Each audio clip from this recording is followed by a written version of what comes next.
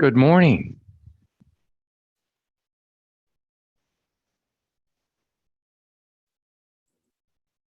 Good morning, Chief Harris. And good morning to you. How is everyone? We're doing well. How about yourself? Well, let me see. It's October. I'm waiting for fall weather. I mean, it's going to get 86 today, and we're looking at October 15th. Come on, let's play fair.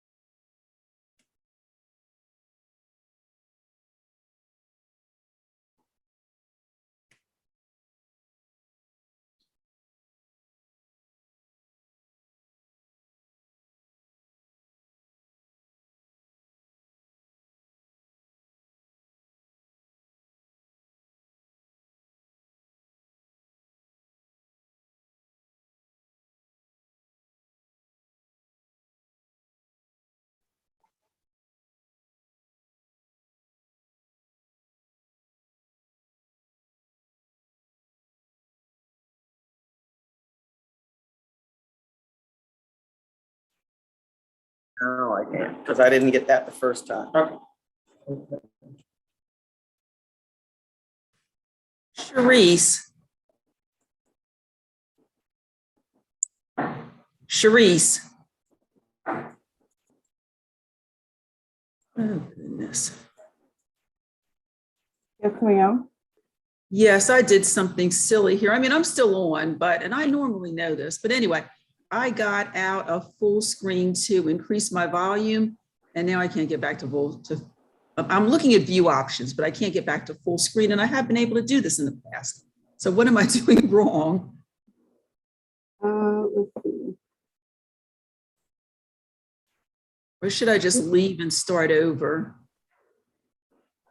You can, or you can try on your video. Do you have like 3 little dots that pull up a menu?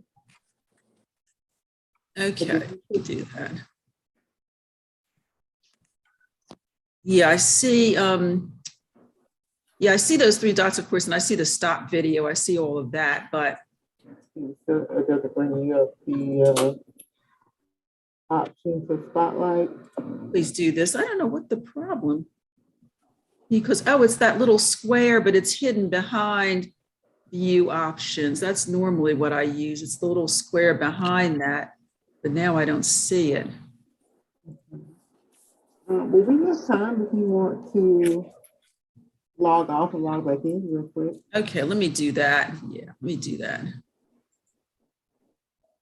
I don't even see that though. Let me see, because normally it's there right under where, It should be the bottom. I see it. Yeah, I do see it. I'm sorry. I'm being an idiot here. Okay. I am sorry.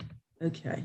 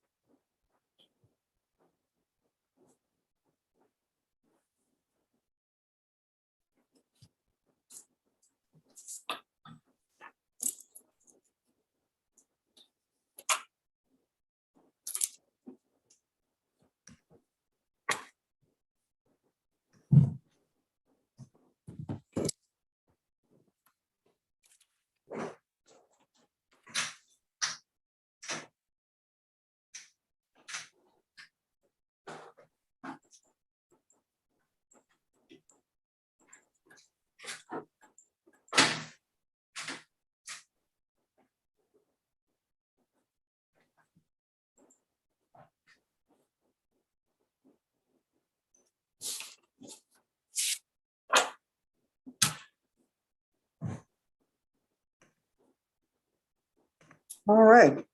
Good morning, everybody. Good I morning. think we're all on. A lot of technical issues with my computer this morning. I had to switch from desktop to laptop, and whew, it's just one of those days. All right, Madam Chairman, we're going to turn it over to you to get the meeting started. Okay, thank you, Dr. DaCosta. Welcome, everyone, and I'm excited about our meeting today. We'll start off, I'm excited to see, I'm looking around, I think we'll have more joining us, I hope. But yeah, we've got a good number of commissioners. Okay, so we'll start with our roll call.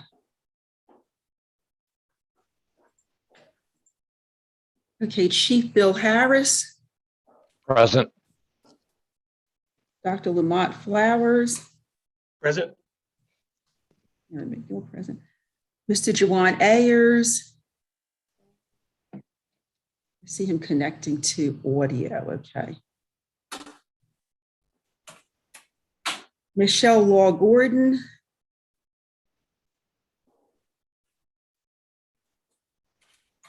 Andrea Sancho Baker. And Tammy Hall Wilson. Okay. Madam Chair, I am present. Juwan Ayers is present. Okay, I did. I saw that you were joining, you were connecting your audio. So yeah, I had you. I could see your little box. Okay, thank you very much. Okay. I know that everyone's received the agenda and I'm hoping has had a chance to read it. So I will now entertain a motion to adopt our agenda as presented. So moved. Okay, do I have a second? Second. Okay, thank you. Okay, also, you received the minutes were completed by Ms. Flowers, and we appreciate that as always. Do I have a motion to accept the minutes as written? So moved. Okay, and do I have a second? I'll take Andrea Sancho Baker as the motion. Do I have a second? Second. Okay, thank you. Okay. Okay, our next order on the agenda is, and I'm new at this, so there may be a pause here and there, but okay. I've done the welcome, but yeah, I'm just delighted to be the new board chair, and I hope that I can really excel in this role and bring the commission to a new level. Dr. DaCosta has just done wonderful things, and I don't want to repeat again. I've been here on the board since 2015, and I guess I will repeat it, but briefly. Things were not nearly as efficiently and competently run as they are now. And under her leadership, we've just done fantastic things. So I look forward to working with her to support the mission of our agency and to taking us to even greater levels where we're a service to the minority communities in South Carolina. Okay, our next order of business is election of a vice chair. And I'm going to, we've never had elections before because we didn't have our bylaws. And so now that those are in place, I think they've added a new dimension of excellence to our proceedings. But I'm going to read from Robert's rules how we're going to proceed with this. And at any point, stop me. I don't know whether that's out of order or not, but I'm fine with that. At any point, if you have a question or a concern, please stop me because this is quite a bit of reading. Okay, there are different methods of proceeding with nominations. Okay, and the first one, methods of nomination are by the chair, from the floor, and from the floor method is also sometimes called open nominations. Some of these don't pertain, I probably should skip them, but I'll read them quickly. By a committee, by ballot, by mail, by petition. So to my mind, the only two that really pertain to us would be by the chair and from the floor. And I prefer to do from the floor. And those again are called open nominations. Okay, nominations from the floor. Under the procedure of nominations from the floor, the chair calls for nominations and a member need not be recognized by the chair to make a nomination. So in other words, we don't need any motions or anything. You can just make your nomination. And I know sometimes with Zoom that, and even in person, that entails someone talking over someone else, but I'll make every effort to, recognize who I see as the first person speaking and then the second person. But anyone who wants to make a nomination on the board is able to do so. Okay.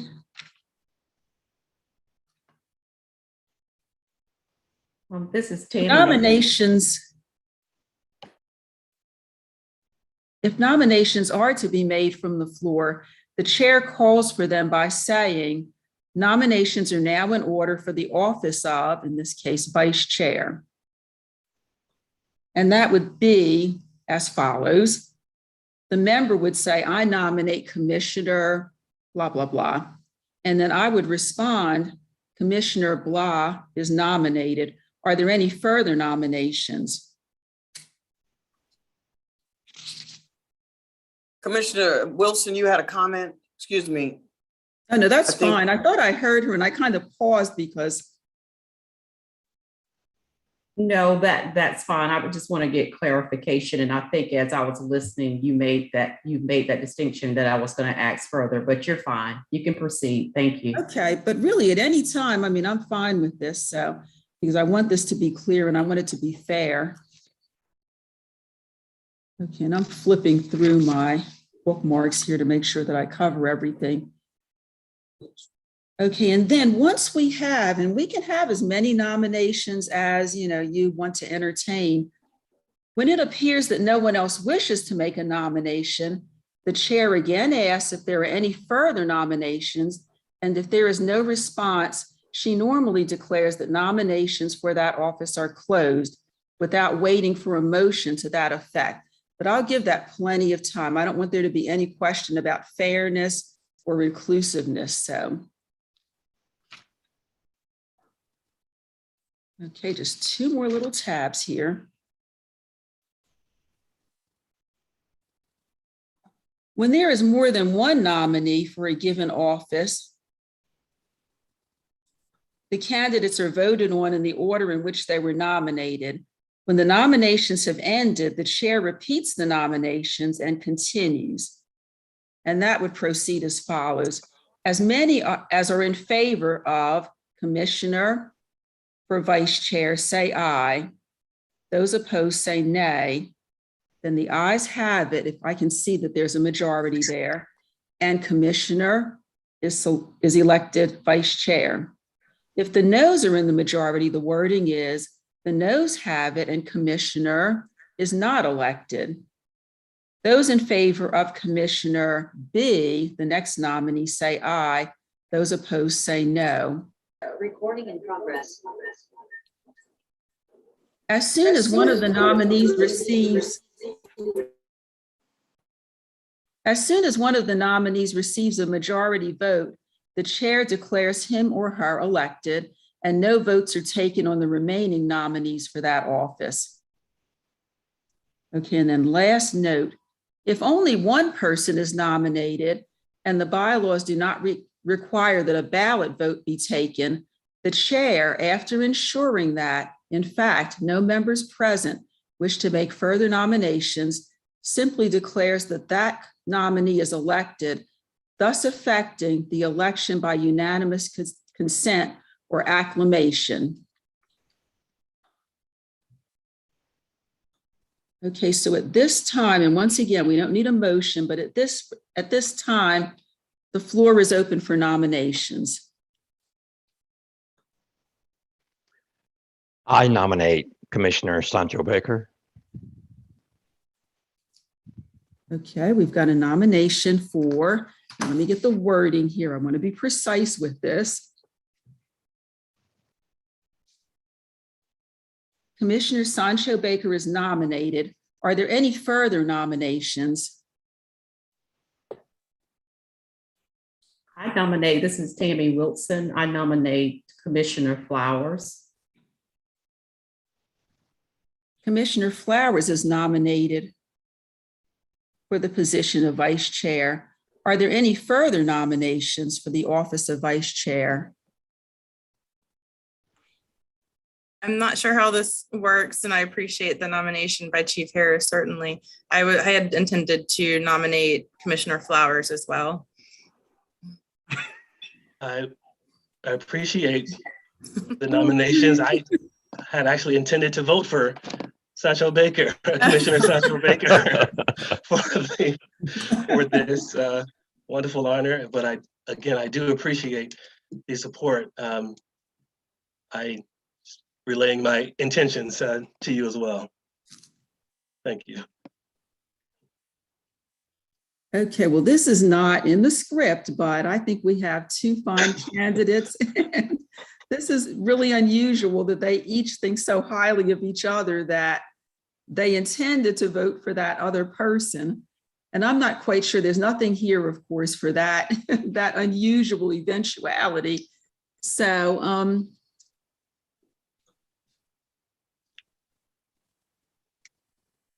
Are there any other nominations? yes, let me repeat, okay? Hey, Madam Chair, I nominate Dr. Flowers. Okay, that was Commissioner Ayers who is nominating, and let me repeat it exactly. Commissioner Flowers has received a second nomination. Are there any further nominations for the office of vice chair?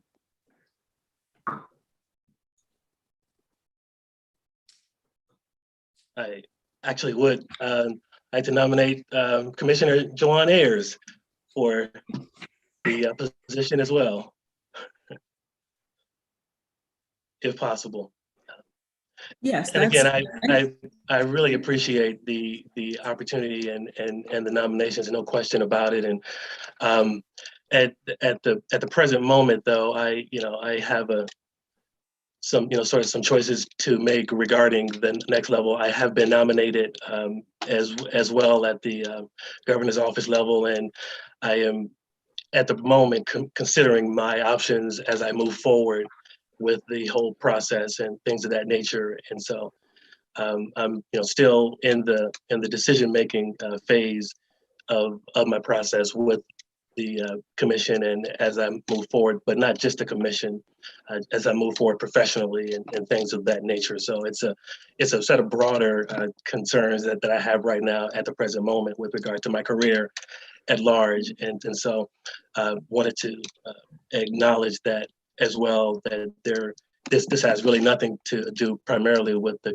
commission. I love the commission and love my work here, but I have some broader concerns right now that I have to consider that are more global in a sense, as far as my professional career and things of that nature. And so to commit right now, knowing that I have those concerns, would not be probably in the best interest of everyone. Okay, thank you for that. Okay, and I think that we have Commissioner Gordon Law Gordon has joined us, and she had a concern in the chat. She is asking Dr. Flowers, and we hear Commissioner Flowers, we hear your concerns, but her question is a little bit more pointed. She's asking if you are formally declining or if you're still. Yeah, he's formally declining.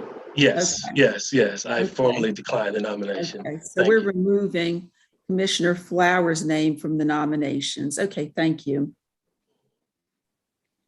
Okay, so currently we have Commissioner Sancho Baker, who's been nominated. We've also got Commissioner Ayers, who's been nominated. Are there any further nominations for the office of vice chair? I would like to speak for a moment if this is the appropriate time, or I can save it for another moment. If it pertains to the elections directly, Yes. yes, please, yes, please go ahead. I also am very honored that I would be considered for this position. Given my current workload and both professionally and personally, I don't think it would be the best, not to steal the words of Dr. Flowers, but in the best interests of the commission, the board, and myself as well, However, I remain committed to this commission and to my position. And I'm more than happy to assist in any way that I'm able. So with that, I would draw my or decline the nomination. Okay, thank you for that, Commissioner Sancho Baker, and thank you again, Commissioner Flowers.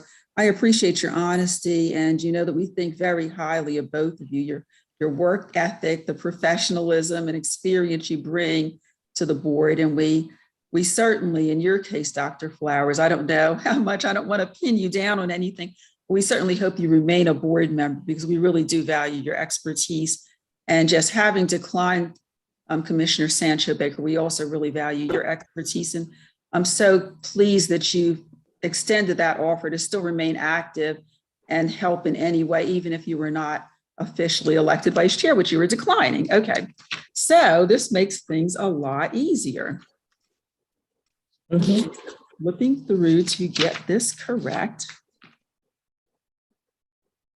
Okay, again, so if only one person's nominated, which is the situation we have here, but I'll repeat once again, are there any further? We now have on the floor Commissioner Ayers as our nominee. Are there any further nominations?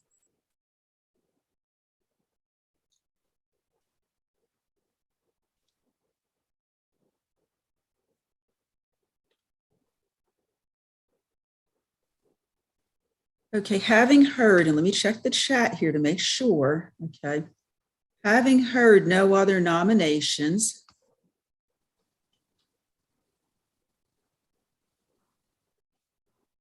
Commissioner Ayers is elected vice chair by unanimous consent or acclamation. So we don't even have to take a voice vote. We have one nominee, and he is very able, as I've extended those same descriptions to Commissioner Flowers and Commissioner Sancho Baker. We have a very able, very active commissioner. So I feel that we will be in great shape. And I look forward to working hand in hand with him as chair and vice chair. And Commissioner Ayers, once again, we know your energy, we know your commitment. We know that you've done a lot for the board so far. He was, when I was reconfirmed in 2019, he was confirmed for the first time. And he's just really hit the ground running in those 2 years. So, okay, so Commissioner Jawan Ayers has now been elected by acclamation as our vice chair. So thank you very much. Okay, the next order of business on our agenda is discussion of board involvement. Okay, and this was one that I asked to be added because, again, I've been on the board since 2015, and we've done a lot of good things, but I think that we could definitely, as a board, be more active. So I want to start on that note with reading from our bylaws. So thankful to have these bylaws, and they have been fully approved and submitted to the governor's office. But when we wrote the bylaws, our Article 1, of course, was purpose.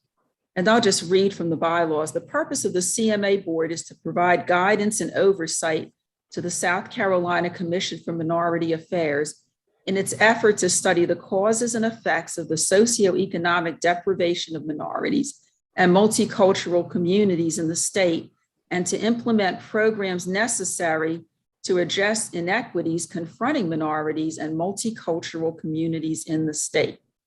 Okay, so with that as our mission, as our purpose, I see that there are several things we can do to provide oversight and support to the board. Okay, and the first one, this is kind of personal, and this may be the least of the three, but the first one is something that I just started doing a little more than a year ago. I just really thought about defining my role as providing support to the commission and something that I could do. And I know that we're always concerned with becoming more visible across the state in our service to minority communities. So I reached out to the Chamber of Commerce in Spartanburg, and my congressional district covers Spartanburg and part of Greenville, but I reached out to the Chamber of Commerce in Spartanburg, haven't done so with Greenville yet. And I asked for a list of minority businesses.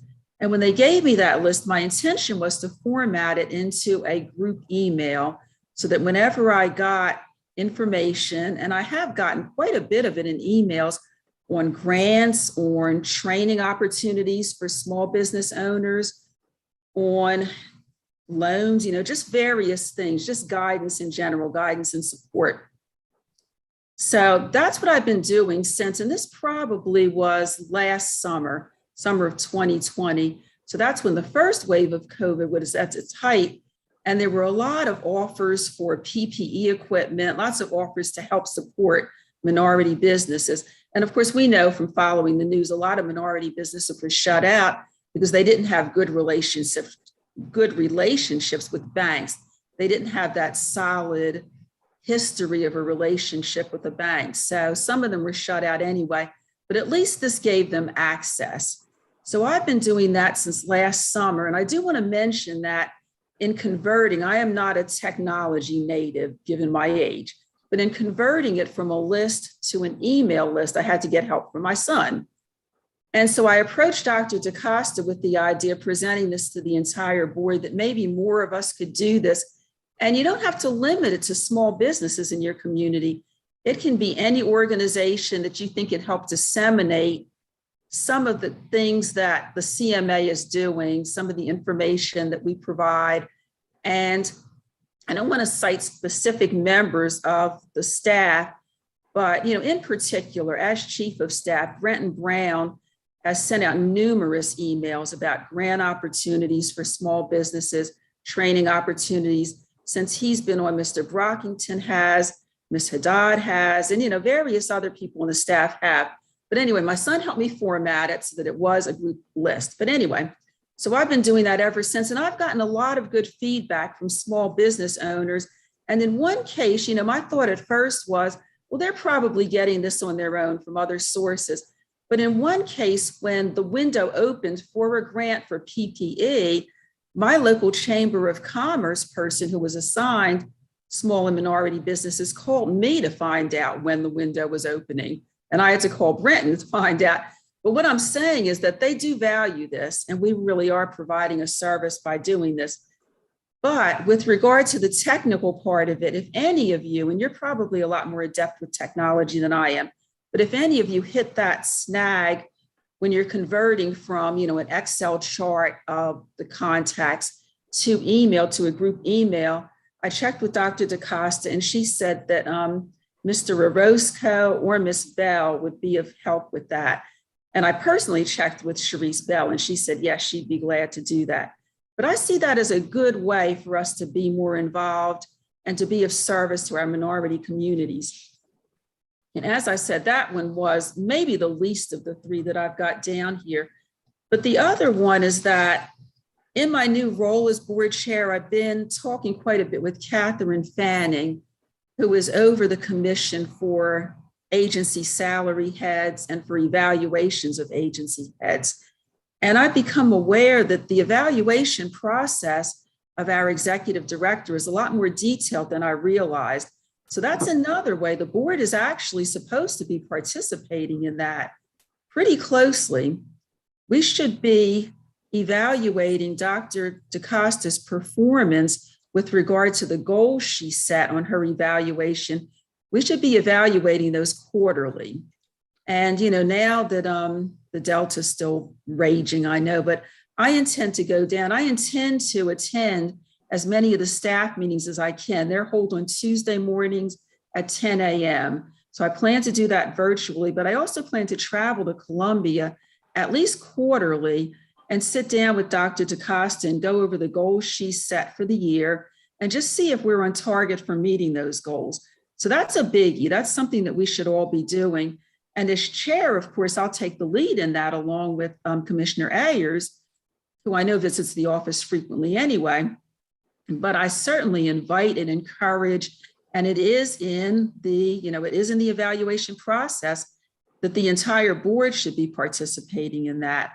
Okay, and so that brings up the third way that we can participate in discerning whether those goals are whether we're on track for meeting those goals by the end of the fiscal year.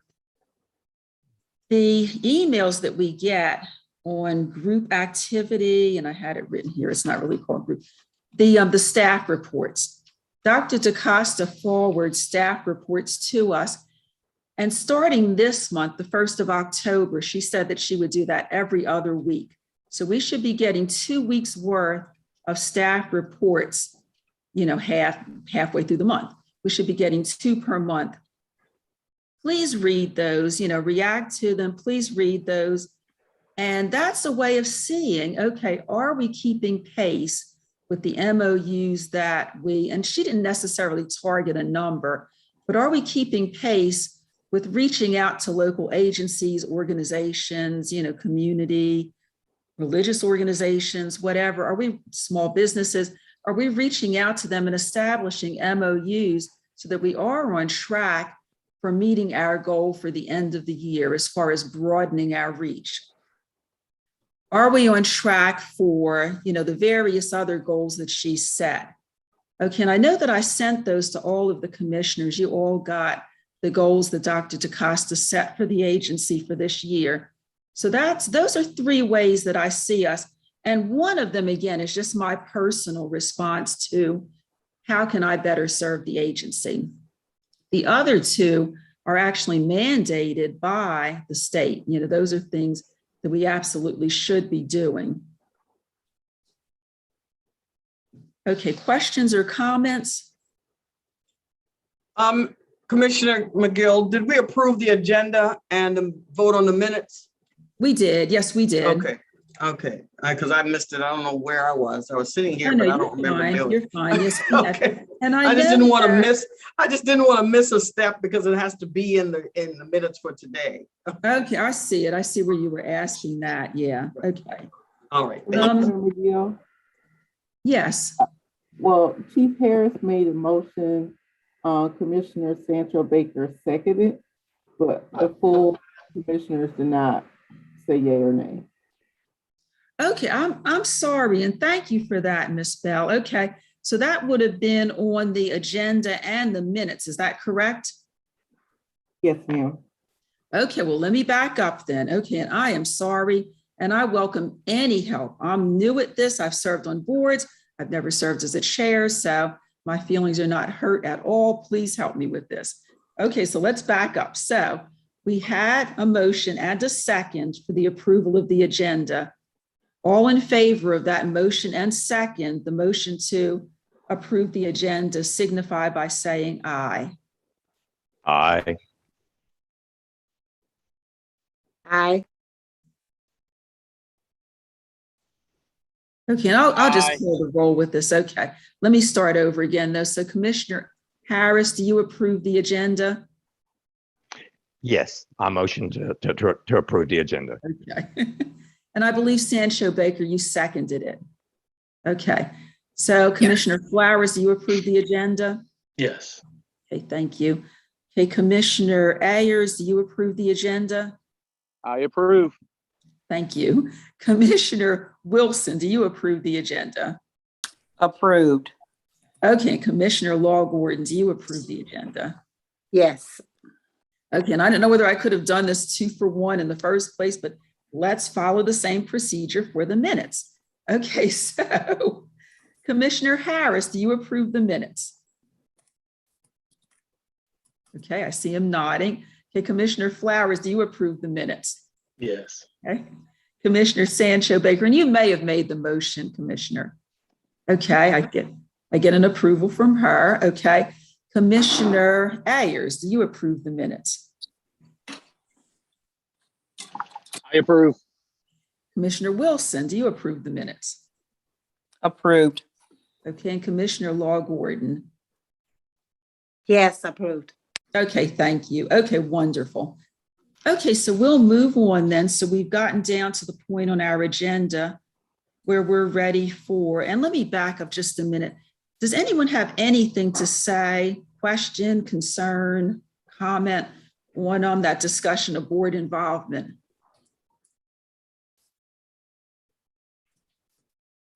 Okay, we'll cover more of that in executive session. Okay, thank you.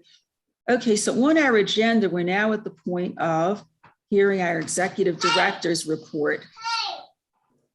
All right, good morning, everybody. This is our first board meeting of the state fiscal year. It's usually in September, but I was waiting for the governor to make some decisions on board chair and things of that nature so we could proceed. Because as you know, in June, Mr. Battle resigned, and I think he's on the call. Mr. Ken, do you want to say hi to everybody before I move on? Good morning. Yes. How's everyone? I just wanted to jump on real quick to say hi. We're moving full steam ahead here in the Low Country, and I'm so excited. I know that you guys are going to do a great job. Love it. Congratulations, Karen. Go get them. Thank So, you. All right. That's all I have to say. I don't want to get in the way. Okay. I've got a local business I'm working with right now. I just wanted to jump on real quick and say hi, and that I was listening. Okay, thank you. And thank you for all your good groundwork. All right. Fantastic. Thank you so much. Thank you so much. Well, the commission's doing a wonderful job. Even in the middle of COVID, I think we are one of the top agencies who have our performance level far exceeded a lot of state agencies over the last year. We completed our accountability report on time. They developed a new system this year, so we did not do the normal spreadsheets. Everything had to be uploaded in the computer in a template that state admin created. So we got all of our information in. Last year, our goal was to increase our partnerships by, I believe it was 3 or 4. We exceeded that by adding 50 new. So we had 54 new partners to place on our accountability report. And they were so surprised. I got a call from Ashley. I think it's Ashley that handled this. She said, Dr. DaCosta, you sure you all did all of these? I said, absolutely. I said, we have MOUs with 90% of them and just joint ventures with others. And she said, should I include more columns on next year's accountability report for you all? I said, well, we have placed our goals in our accountability report. We'll see how far we go this year going into next year. So we have done some great things. We've got lots of new partners. And what I'd like to do is Brenton will forward you a list of our MOUs that we completed last year. We'll send it in an email. We don't want to go over it in a board meeting, but just some of the partners we can identify would be Commvault, which is an IT company that's working with our HBCU. We are working closely with Google Business. We've got so many different organizations that have tied into CMA and partnered with us because of the work that we do in research and the work that we do in our communities. Our program managers and staff, they've gone above and beyond to make sure that the commission's work continued in the middle of COVID, from helping to unload food in communities to disseminating masks and hand sanitizers and things of that nature.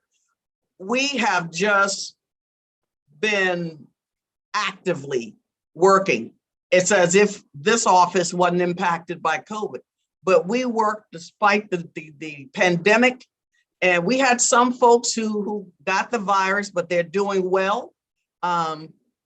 So far, we are just moving forward in this agency. On yesterday, I had the opportunity, Brenton and I went to the governor's budget folks to present our budget. And I think a copy was sent to you in an email last night. Our budget request is a little over $500,000. It's right at $500,000. And it included 4 new FTEs, which includes 2 statistician 3 and 2 admin coordinators. It also included an additional $100,000 for a partnership that we are about to enter into with the Department of Corrections and their reentry program. They're looking for us to help them develop and manage a tracking system for those who are formerly incarcerated, exiting, going back into the communities, a tracking system that would allow the state to follow a formerly incarcerated to see how they proceed or how the reentry process works for the state of South Carolina, especially after receiving the numbers that the recidivism rate in South Carolina is about 21%. We don't have any data to show where these people are or what they're doing. So this system, along with the Department of Corrections and CMA, this system that we're putting together will help us work with community partners who will feed information into the system regarding the services they provide to the formerly incarcerated, whether it's housing, whether it's job, finding jobs, education, whatever services are provided, it will go into a uniform system that will allow other state agencies, the governor's office, or whoever would like to get a report to see how well some of those who leave prison are actually doing well in the community and highlighting those successes. That would make our recidivism rate relevant. By just saying that we have a low amount of people returning to prison is not enough. We need to know what that means and how it's impacting the state of South Carolina. So South Carolina Department of Corrections reentry folks have asked us to join them and asked if we would be the agency to provide space for the data management folks. And I agreed. I said, if we can get our new office, we will designate space for reentry data management and hire 2 people just to do that. I explained to them, I will not pull my staff to manage data. We will hire people to manage that data. And we also included $50,000 to increase for the increase in our printing and publications. We have done several resource guides and things of that nature that we send out to be printed and reproduced. And the cost is very expensive. So we've added that, and we've asked for that every year in our budget. We got it last year and we asked for it again this year. And then we asked for $100,000 in technical upgrades. As you all know, we've been Zooming and team meeting and all these other things over the last year. And the internet has been up and down for state agencies. So therefore, we're putting in dollars to improve our media department, to buy new equipment, high-tech equipment, more software for research, improve our internet access, as well as any other technical upgrades we need. And when I got through with my presentation, and the rector asked if there were any questions, there were no questions. The committee that reviewed us, they were very pleased with my report. It was very thorough. And, you know, I explained to them, we don't just ask for money, we ask for what we need to keep this agency moving forward. I expect that we will get approved for that amount because it will go into the governor's budget, but then we still have to go before the Ways and Means Committee on the House and the Finance Committee on the Senate side for final approval of the dollars that we are asking for.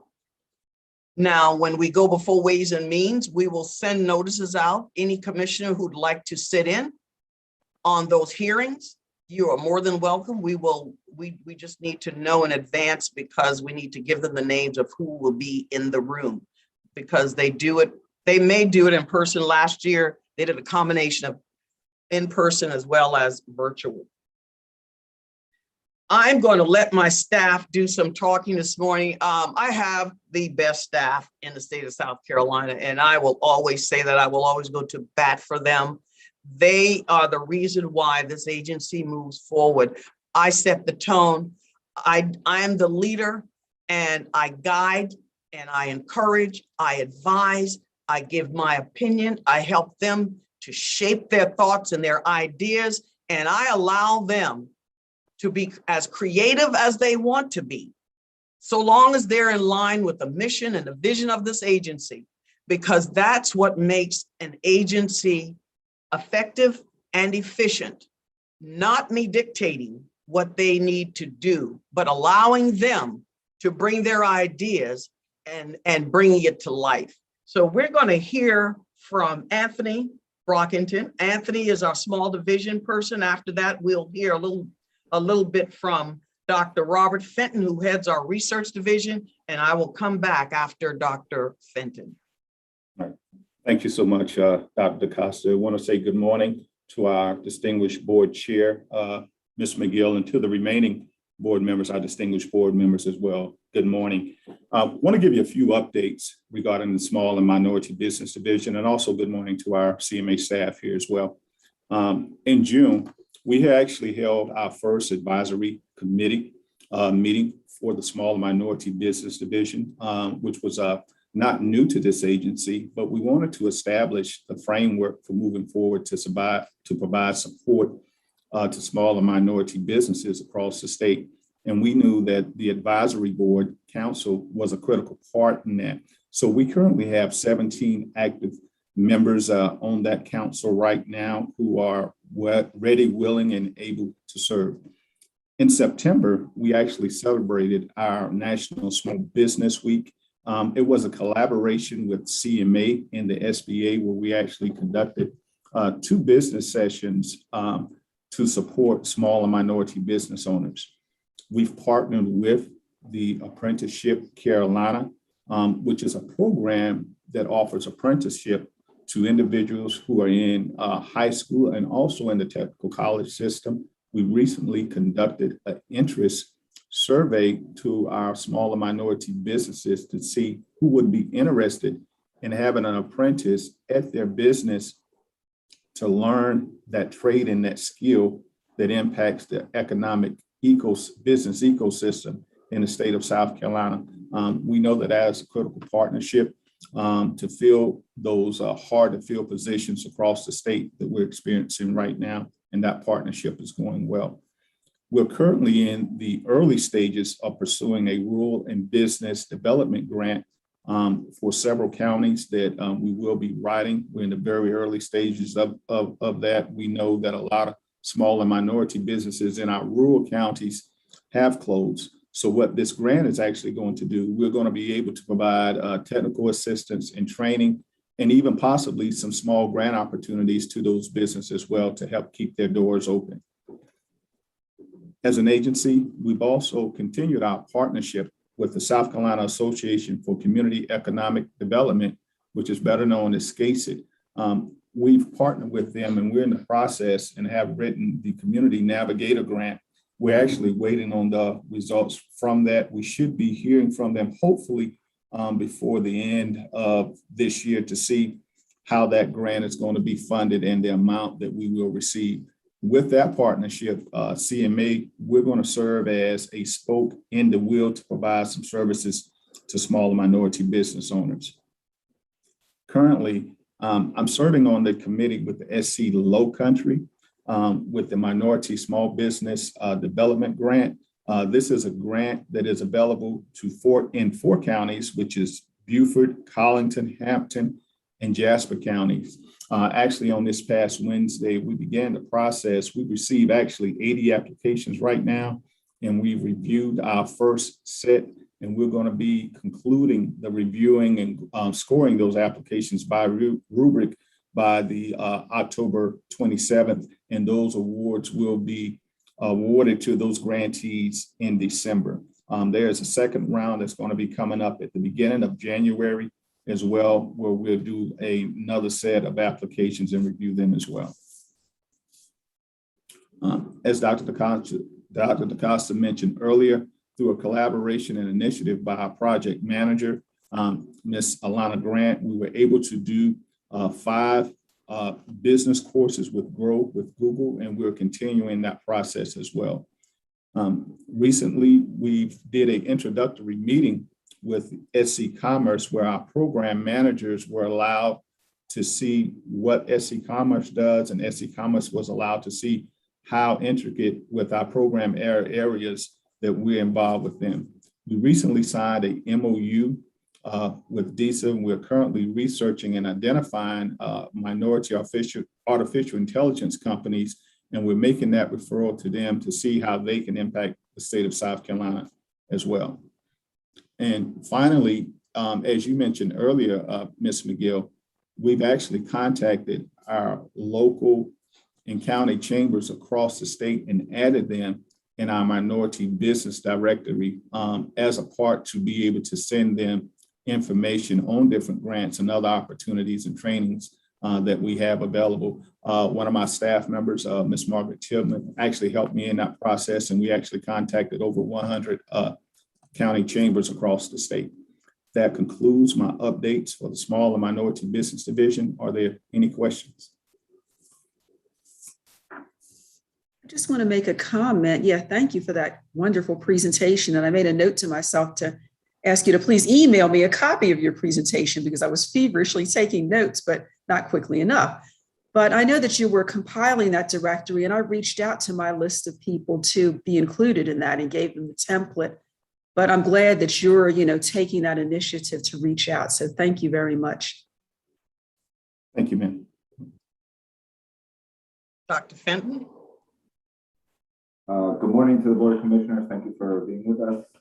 Thank you to Dr. DaCosta for her leadership. Let me try to share.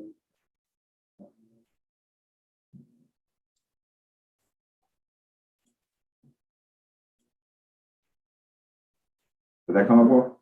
Yes, we can see it. Okay. All right. So research and planning, projects, plans, and projections for fiscal year 2021 and 2022 and beyond. Basically, I'm just going to introduce the research team that we have here to the commission. I'm sorry, to the Board of Commissioners, because most of us are new. Some of you might not know us that well. Kind of give you an update on what we are doing and what we do in the research division and what we are planning to do over the course of the fiscal year.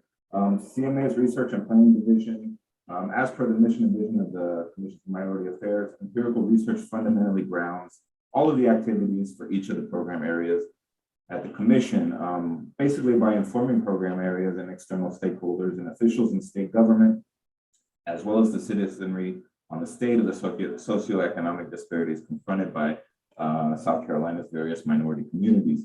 We produce timely research, timely and important research reports that use publicly available data sets and/or through primary forms of data collection. And we also generate fact sheets, internal reports, statistical profiles, one-pagers, and data visualization for internal and external clients in accordance with CMA's vision and mission statements.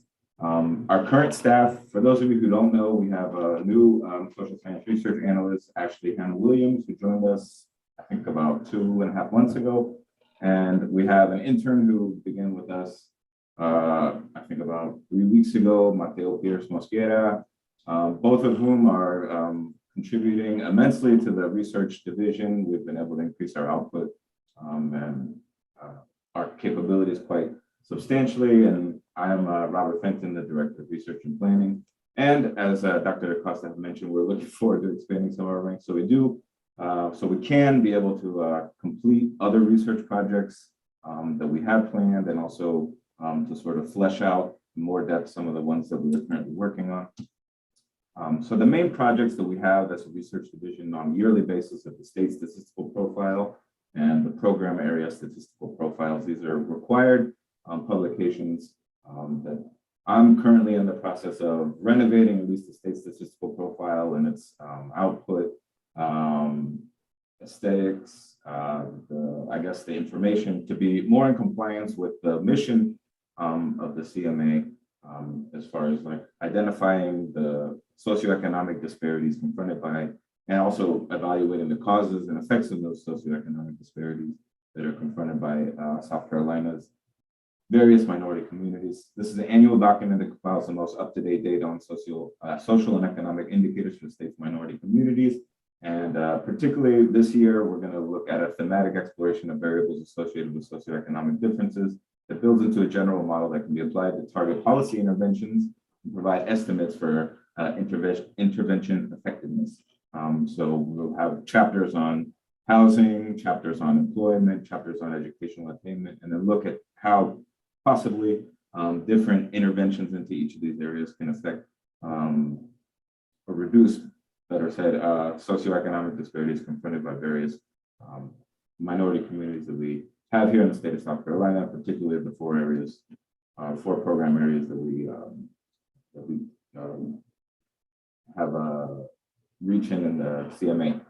The second of the main projects are the main program area statistical profiles, which will be catered to those specific communities. We'll obviously have statistical information updated for each of these areas, but I wanted to contact all the program area managers and sort of design the summary guides in accordance with the particular interest that they had for the year, their yearly goals and objectives, and sort of cater the statistical profile to those particular areas in which they're working in. Obviously, they'll have a base level of various statistical indicators, which will sort of be more general and on a yearly basis updated as needed, but we would also want to include specific indicators that are tied to sort of yearly goals and projects that the program areas are conducting. So this are kind of like the kind of data that we're looking at in the statistical profile, differences between white and African-American median incomes by county. And you can see that in no county in the state of South Carolina do white and African-American median incomes even intersect. And then even more prescient, I think, data, which looks at, minority and white populations by individuals holding bachelor's degree that's controlling for educational attainment. We still find this racial income gap, even when educational attainment levels are controlled for and across all sectors of the sort of occupational categories that we have data for.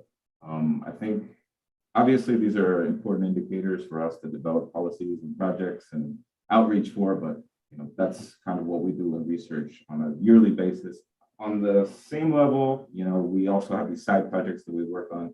Side projects can be more in depth, looking at housing, in particular developments in the housing market. For instance, in the 2020, 2021 COVID pandemic, there have been a severe crunch on housing availability and affordable housing. And so we're currently undertaking a project that looks specifically into the housing market dynamics here in South Carolina, and particularly how that might affect the development of generational wealth in minority communities, and obviously access to affordable housing in the particular conjuncture of the COVID crisis. Some of the projects emerge from personal interests, others are initiated in CMA's program areas. All side projects must contribute to the CMA's mission and vision. And then in addition to that, we have these client data requests that come in. I wish I could say they came in a regular sort of scheduled basis, but sometimes, when it rains, it pours, we get a bunch of requests at the same time, and then there'll be several weeks where we don't get any.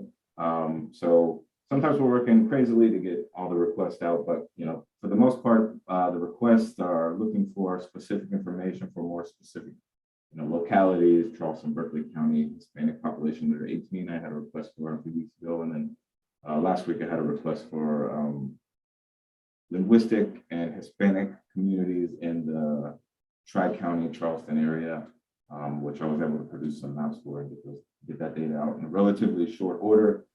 These are pretty much quick turnaround, descriptive tables and graphics that are often accompanied by a brief written summary. So as client data is concerned, it also must conform to the CMA's mission and vision. We publish, for instance, there was a news article that was asking about Filipino data for the Filipino American History Month, and we produced some data for them, and you can find the link for that article that was published. And then to the right, representative, graphic of the mapping of the Hispanic community in the Tri-County area. These are things that we can turn around pretty quickly and get out to our clients, and definitely, I think, raise awareness of what CMA can do in the research division in particular. And for planned projects for the next 9 to 12 months, as Dr. DaCosta mentioned, we're fully enmeshed in understanding second chance reentry and using our capacities research division to help the state of South Carolina develop more insights into what causes and effects as far as variables, outcomes, et cetera, are involved in the recidivism, the declining recidivism rate or the relatively low recidivism rate in the state of South Carolina. So we're developing some projects, and I think when more of our, there's a little bit more clarity about what access to data we'll have and what sort of partnerships will be cemented, then we'll be able to proceed with that project in the next 9 to 12 months. We're looking at an in-depth analysis of the 2010 and 2020 census figures by county, census tract, and block groups. So we're really getting into the granular level of changes in population, particularly minority population. And there I want to focus on big urban areas and sort of shifting demographics for particular districts and neighborhoods. I think gentrification studies in Charleston, Columbia, and Greenville will be probably one of the more insightful outcomes of looking at the 2010 to 2020 census tract census data. And then economic impacts of COVID-19. I think this is going to be an ongoing long-term project. Hopefully we'll keep producing sort of intermittent studies, and hopefully, obviously, hopefully the pandemic ends soon. Because I think all of us tired of Zoom conversations and wearing masks and whatnot. But obviously the long-term impacts of COVID won't be felt even, 6 months from now. We'll probably continue to be finding the impact of COVID-19 on the state's minority population, socioeconomic conditions for many years to come, just as, the great financial crash in 2008, 2009 continued to affect particularly rural minority populations in South Carolina for 5 to 7 years afterwards. And then kind of like the last main project for the next 9 to 12 months, in-depth analysis of home ownership and housing and wealth generation for South Carolina's minority communities. And as I said, we're working on that as we speak. Well, not me right now, but my staff. So that's kind of what we do, our planned projects, and I think provides a really good sample of the kind of things that we do on a daily basis in research. I know research can be somewhat obscure sometimes for people that aren't participating actively in it. But thank you for your time this morning, and don't forget don't forget to contact us if you have any questions or requests. We're eager to help, and thank you very much. Have an excellent day. All right. Thank you, Anthony, and thank you, Dr. Robert. Any questions for either Anthony or Dr. Robert before we move on? All right, Dr. Fenton, I don't know if you knew it, but Dr. Flowers is over research over at Clemson. So I think he was very familiar with a lot of what you were talking about, which is always good whenever we have commissioners who are in line with a lot of our work here, especially the research part. So I thought that was a very good presentation, and if you would share that with the commissioners, that would be good also. All right. A couple of things. One thing I forgot to mention is that the governor has already reached out to 2 additional commissioners for the 1st district and the 2nd district. And for the 1st district, Mr. Battle in his resignation recommended Calvin Whitfield, who is a business owner in Charleston. He also serves on our advisory board, and we're pulling someone else from our advisory board, Jimmy Chow, from our Asian American Advisory Council. They've all received their packets, waiting confirmation before the Senate in January, I believe. And we have one other person. Brenton, what is her name, from Able, South Carolina? Yes, ma'am. It's Kimberly Tiso. She's the president of Able SC. And I got confirmation from the governor's office yesterday that they received her packet for the 5th congressional district vacancy. So we're going to have a full board if the Senate confirms these candidates in January. We brought in someone from Able, South Carolina, because we are extending some of our services to make sure that the disabled community is not left out. And she heads Able South Carolina, which focuses on services for the disabled community. And we think that's a good fit for our board. We want to make sure that our board of commissioners reflect the program areas that we cover at the commission. So we're looking forward to them getting approved in January. Once that's done, then we will look at a date to bring in someone to do some board training, a more detailed kind of board training than we had before. We just had a brief overview with Together SC 2 years ago, I believe. But we will have board training sometime in January and February once we have all slots filled on this board. We're going to hear from Yvonne Segura about what's going on in his division and the student summit that's coming up, the Latinx Student Summit that's coming up very soon. Yeah, as usual, thank you for the opportunity and thank you to the commissioners for helping us guide this organization. This is the last day of Hispanic Heritage Month, so we have lots of events happening. We did a directory of events happening statewide because that's one of the things a lot of the agencies and people and group are always asking for, like what is going on, what's happening. So that was something that we thought it was very helpful and useful. We also had a social media campaign that was very successful. And I want to say thank you to Alex, Andrea, Mauricio, Robert, and Rafael here in the agency. We all come together to create this social media campaign. And we got a lot of comments from people telling us like how beautiful it was, how well designed it was, but mostly like the information that we were providing, which we focused this time on the Afro-Latinos, indigenous people from Latin America, and also music and food. So those were the 4 areas that we're trying to highlight. And now, of course, the work we're doing doesn't end because Hispanic Heritage Month is over. Like you see on your screen right now, we have coming up the Latinx Student Summit. This is gonna be the first ever summit for Latino students has been organized here in South Carolina. It's gonna be at USC Upstate. They have a new center called the South Carolina Centro Latino. That's where we're gonna be hosting this event.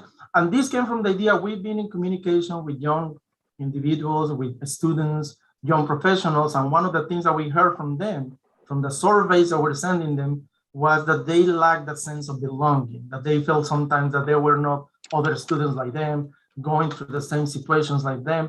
And that's what we decided to bring them together. Let's bring people together. Let's bring them into a room. We have a keynote speaker, which is Julio Hernandez, and he's the VP of Diversity and Inclusion from Clemson University. So he agreed to be our speaker, and his speech is gonna be based on honor, inspire, and lead, which was our theme for Hispanic Heritage Month, just bringing all these people together to honor our traditions, to inspire them to lead into the future. The event is going to be in person and virtual, but we're maximizing the experience of the people that are going to be in person. We also are glad to announce that we got a donation from TD Bank for a scholarship. So we're going to give you 2 scholarships during the summit. It's going to be a total of $500. So for the students that are coming in there, we're going to be doing a drawing so they can do that. And finally say this, and again, this comes from working with the students, asking them questions, having the survey, having that communication. Something we're learning, some of the students were telling us, hey, Ivan, we want to go, but it's in Spartanburg, it's kind of far away from us. We realized that it's not as easy for us that we say, hey, let me just jump in the car and go in there. If you're in high school, you might have to ask your parents, or maybe you're in college, you don't have transportation. So that moved the idea of having one Latinx student summit that's big, that makes us look good, into a series of summits that we're going to have next year, when we're going to be going to different parts of the state. We're going to be coming to where the students are. So the next one we're planning is going to be in Beaufort, but we're also talking to people in Charleston, and there is another in Greenville area where we're going to be coming to the high school. In Beaufort, they have a high school with 427 Hispanic students. So the best thing that we can do is, well, let's go to where they are. Let's help them, because if we claim that we know our minorities, the best thing that we can do is work in that way. So next year, we're going to be more opportunities to participate. But for now, the one that we have in 2 weeks, we're going to be in USC Upstate, and hopefully we get a good attendance, not only for people there. our maximum capacity is 75 people, but we're also opening it to be virtual, and then we'll let you know when we have the next events on the next year. Thank you. All right. Thank you so much, Yvonne. So we are really moving and shaking around this agency, around the state. As you can hear from a lot of my folks, we're not just sitting here twiddling our thumbs. My folks are out there beating the pavement. I show up just about anywhere, all over the state of South Carolina. I just pop up wherever something's going on, I go there. And they have picked up that habit of traveling and going different places, making presentations, planning events. So we're trying to make sure that we are spreading the message from CMA, as well as making more people aware of what we do at the commission. We're going to have Hannah give just a brief overview because we're getting ready to go into Native American Heritage Month, and they've got some interesting things planned that's COVID safe. So Hannah, if you will give a few minutes, and I think she's going to do it by phone because she and Mauricio are on their way to USC Lancaster for a lunch and learn. Hannah? Hi, everyone. I hope you can hear me okay. Yeah, on the note of being out and traveling more, we are on our way to the Lunch and Learn lecture today at USC Lancaster. So on the agenda, I saw, I'm talking about state recognition. Just briefly, we haven't had a whole lot of interest in state recognition. We've had no applications. The two cycles for state recognition are in April and September. So we've passed both cycles for 2021. So the next time that we will be, I guess, accepting applications for state recognition will be in April 2022. We've had some interest. We've had some groups reach out to us, and I think they're in the process of like compiling documents, getting things together. So I'm thinking we'll probably have some people apply in 2022. And then for Native American Heritage Month, at a recent advisory committee meeting, we asked everybody what they would like to do. And they said because so many people are having to cancel powwows due to COVID-19 and the Delta variant, they would like to see a kind of virtual powwow. So we've been going around the state. Anyone who is open to participating, we've been going and filming either like powwows or educational content that they want to present and, you know, show the state, show on our social media. So we filmed with the Cma. We'll be having like a video of one of their tribal members dancing. And then we also have like a hunting and trapping demonstration, which is really cool. And then we have footage from the Lower Eastern Cherokee Nation's powwow. And I believe we also have a couple other people who are going to submit stuff that they have recorded in the past, and we'll be editing that down and making a very like engaging short, you know, five or so minute video out of that. And then we'll also have like a social media campaign in addition, but we are starting to think about next year and potentially doing something in person if the pandemic allows. So we're really excited. We're feeling like we're in a good place and excited about the Native American Heritage Month this year. Thank you, Hannah. I am very, very pleased with the way our Native communities are now engaging CMA like never before. I am extremely happy. I try to go out to as many events as I possibly can. I went to Waccamaw on Monday for a luncheon that Chief Hatcher hosted, and staff has been going around to different tribes that are having events or whatever just to get our faces out there, networking.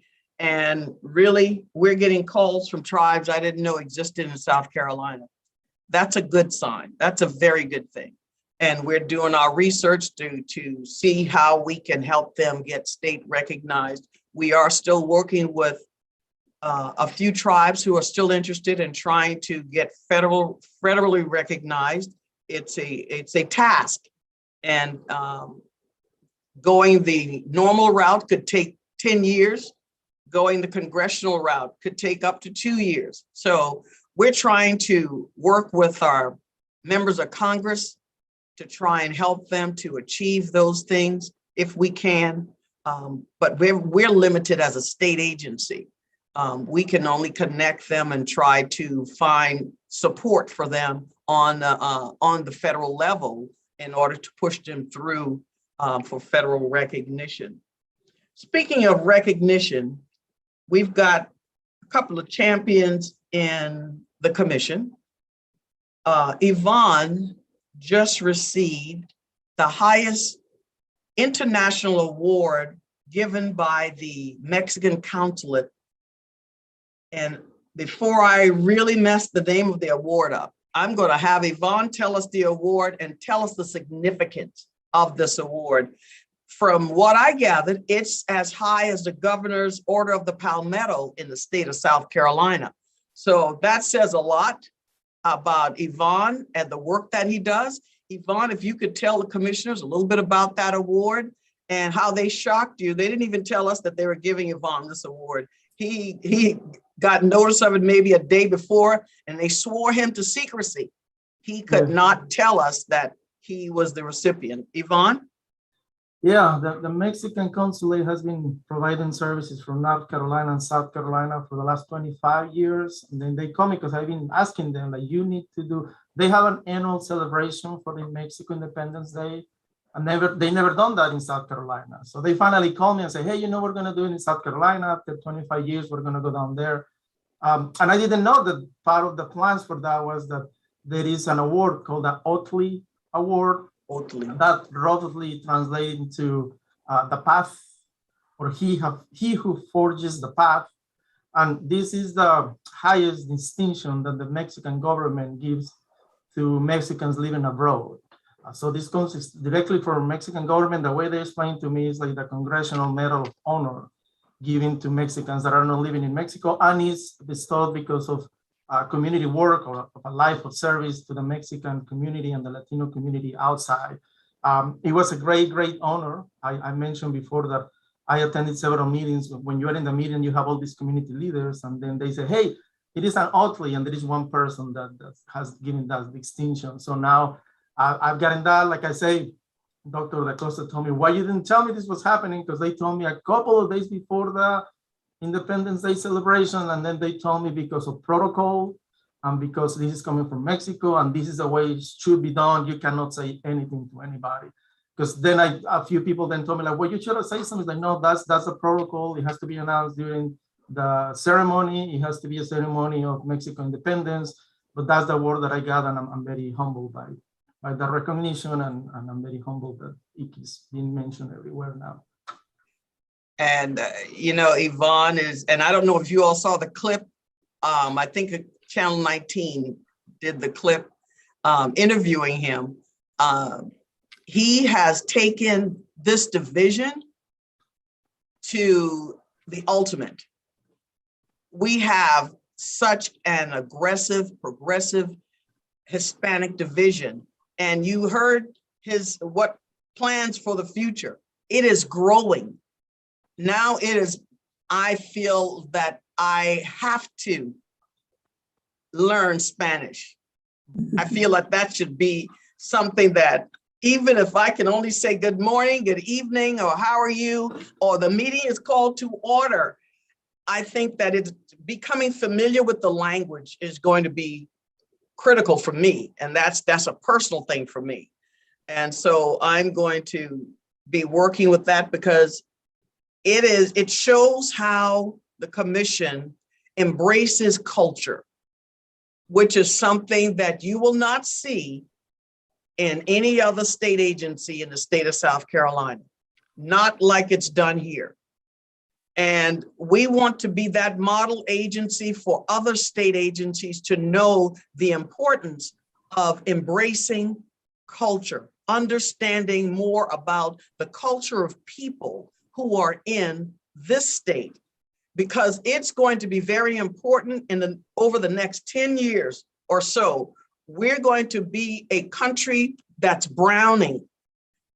What does that mean? That means that the cultures are blending and mixing, and we have to understand what that means and how it's going to impact us. And in South Carolina, the commission's going to lead the way. and we've already started. Another one of our heroes on the map, Cynthia Haddad, and I think some of you heard about the resource guide, the Second Chance Resource Guide.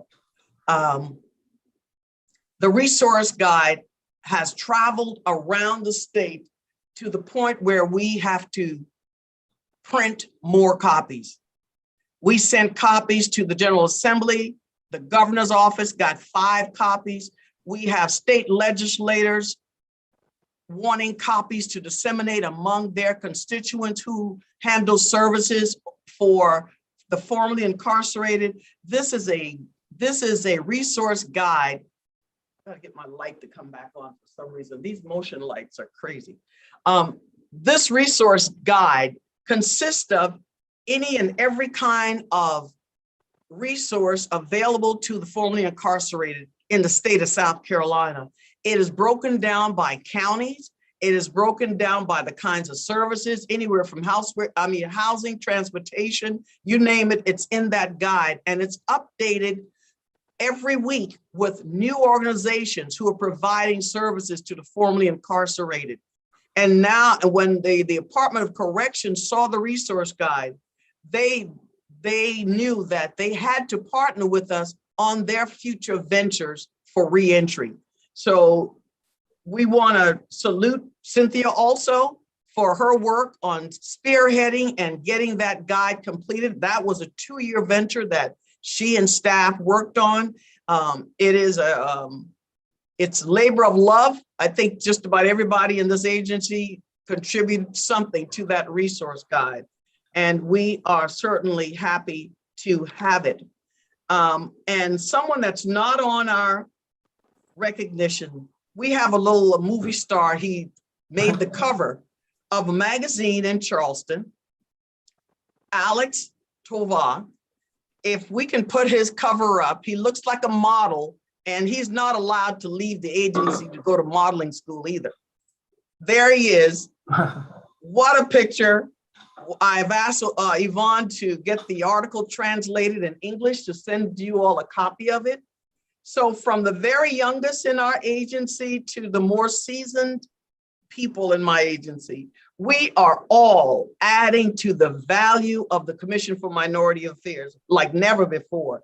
And it's because each person here share a passion for people, the people they serve, people we see every day, and the passion to ensure that everyone in South Carolina has access to whatever they need to improve the quality of life so that everyone can have the same opportunities of becoming productive citizens, families, and whatever, making a difference in South Carolina. When I tell you I have the best staff in South Carolina out of all agencies, I do. The conflicts that you hear about in state agencies, we don't have here. We try to work, if we have issues, we try to work them out first amongst themselves. And if they cannot do it, then I'm the last resort, because I want my folks to learn to understand that we will always have some challenges, but if we work it out early enough, it will never become a problem. And we have been grateful and successful in keeping issues at a very minimum here at the agency. And that's because I have a group of people who understand each other. They work well as a team, and they respect each other, they share, and they do not mind rolling up their sleeves, helping each other on the different events, tasks, or whatever they're doing, because it's all in the good of what we do, and that's serving our minority communities. And I think that's all I have. Do we have any comments from the commissioners before we open for public comments, if we have any, and before we go into executive session? I would just like to congratulate again, Yvonne Segura. Wonderful presentation and explanation. I saw the clip that was on the news where you were interviewed on the news, but I asked that this be put on our agenda for today because I just think that's amazing. I mean, you were recognized by a country, an entire country with their highest award. So that just says so much. Out of the 50 states and many Latinos working across the nation, that you were singled out and distinguished for this award. So thank you for representing the community and just having a passion for helping. And I think that, his award demonstrates that. Cynthia Haddad's work on the Second Chance Guide and, the other Hannah's work. I mean, everyone's hard work. When you read those activity reports, those reports, they are doing tremendous work. And in reading them and giving them feedback, they don't need our oversight. Well, we are charged with doing oversight. But this group of people, Dr. DaCosta is absolutely right. They have such a passion that they don't need someone looking over their shoulder. They are motivated to do these things just out of a passion to serve and help their communities. But I think that they do appreciate our feedback, and that's why I wanted to make sure that they were recognized today. So thank you to everyone, and congratulations again. Sharice, do we have anyone holding for public comments? No, ma'am. All right, I will turn it over to you, Madam Chairwoman, to go into a motion to go into executive session. Okay, yes, at this time, I would entertain a motion to go into executive session. So moved. Is there a second?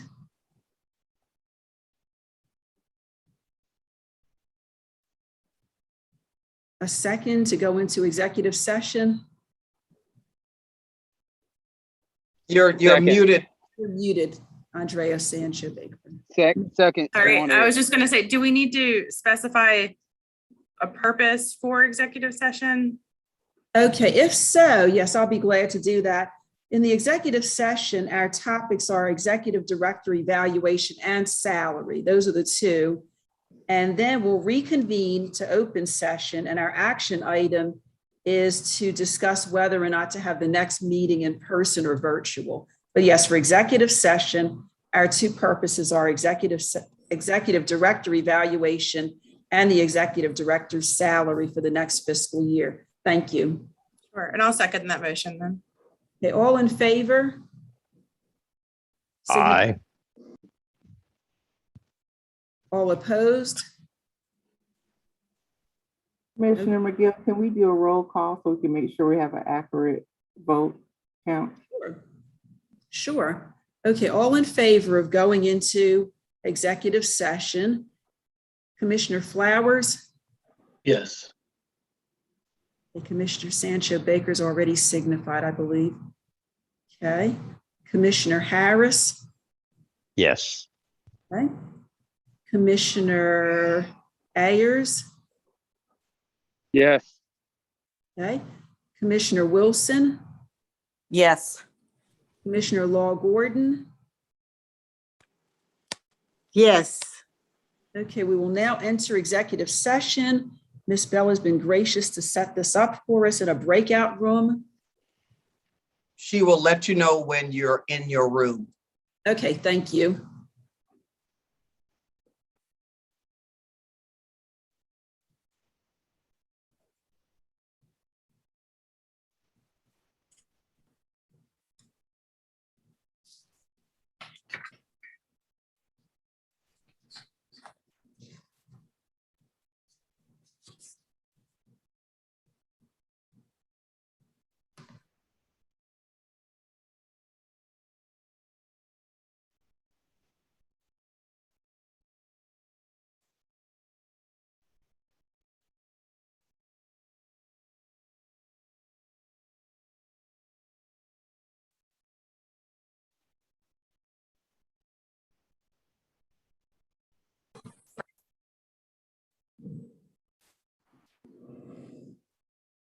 Something just happened.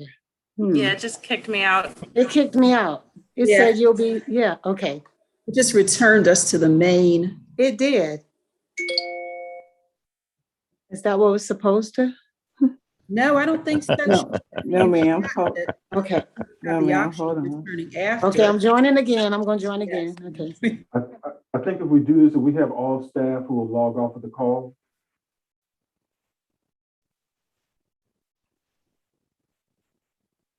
Yeah, I think that will be faster if staff would just log off.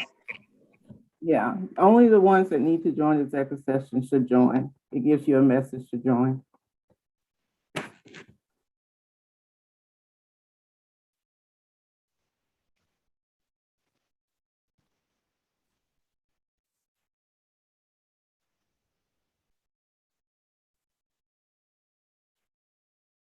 If all CMA staff will go ahead and log off of the call, please. Okay.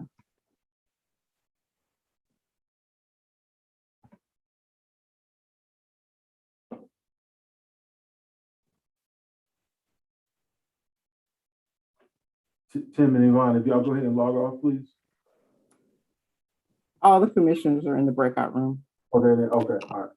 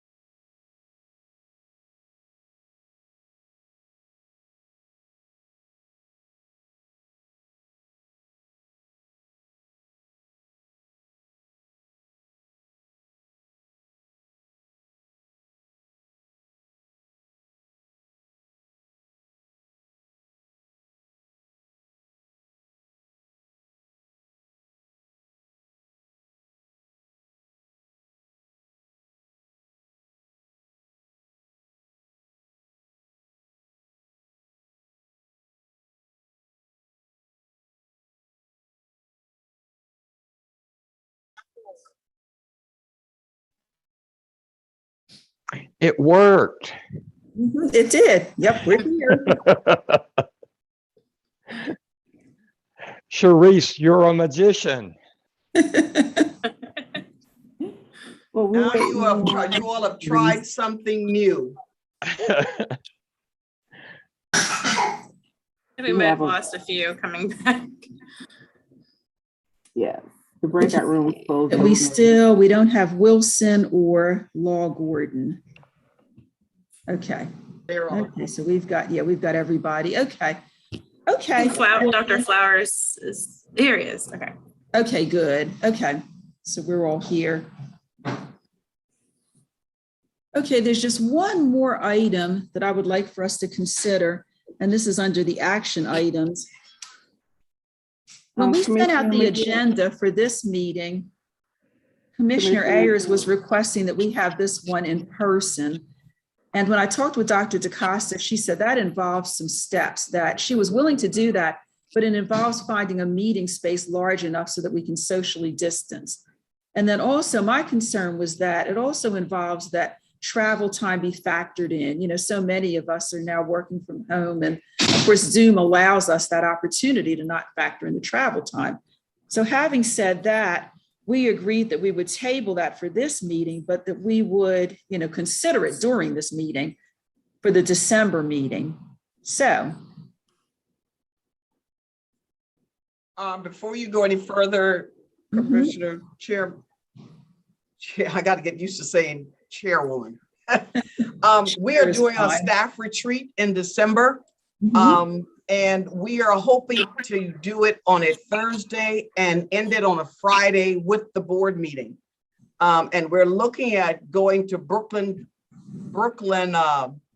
Conference Center at Brooklyn Church, their conference center, because that will also be our end of year staff luncheon. And I've added an awards ceremony for staff to pay tribute to staff and their achievements this year. And we're going to do staff person of the year kind of thing. So I'm trying to make it a COVID safe.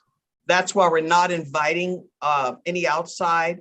We're not even bringing in the advisory board members. We're doing just the board and staff so that we can spread out accordingly in that space.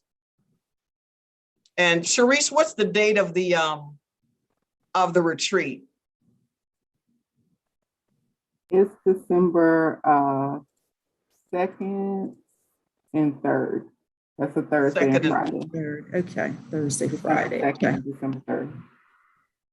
Okay.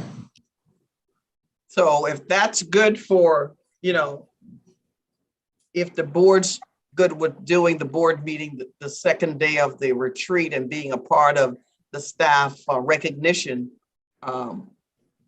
you know, that's one thing I want to hear, because if not, then we're going to have to make changes.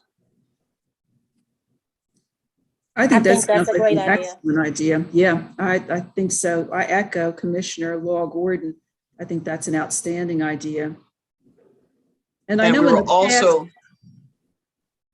were also looking at probably presenting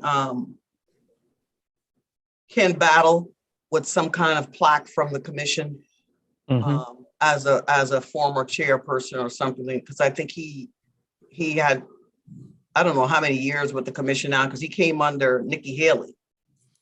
Well, he was, yeah, I joined in February of 2015 and he came on that fall. So.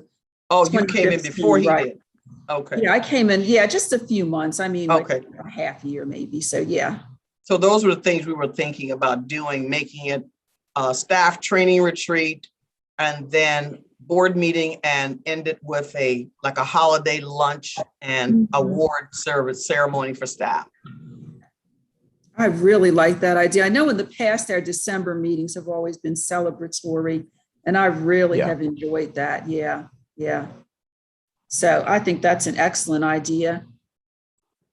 So do I hear a motion that we meet in person on December 2nd and 3rd for as many board members as can attend, but that we have the board meeting on December the 3rd at the Brooklyn Center. So are we invited to both or were we only invited to the 3rd? I'm just trying to understand. The 3rd is going to be a board meeting, but we're opening the retreat for any commissioner who would like to come and participate in some of the staff activities if they so desire. But board training will not be a part of this. Board training will be after the new commissioners have been confirmed in the new year. But if you want to come in and see some of the team building activities that we're going to be doing, you're welcome to it. But the actual board meeting will be that Friday.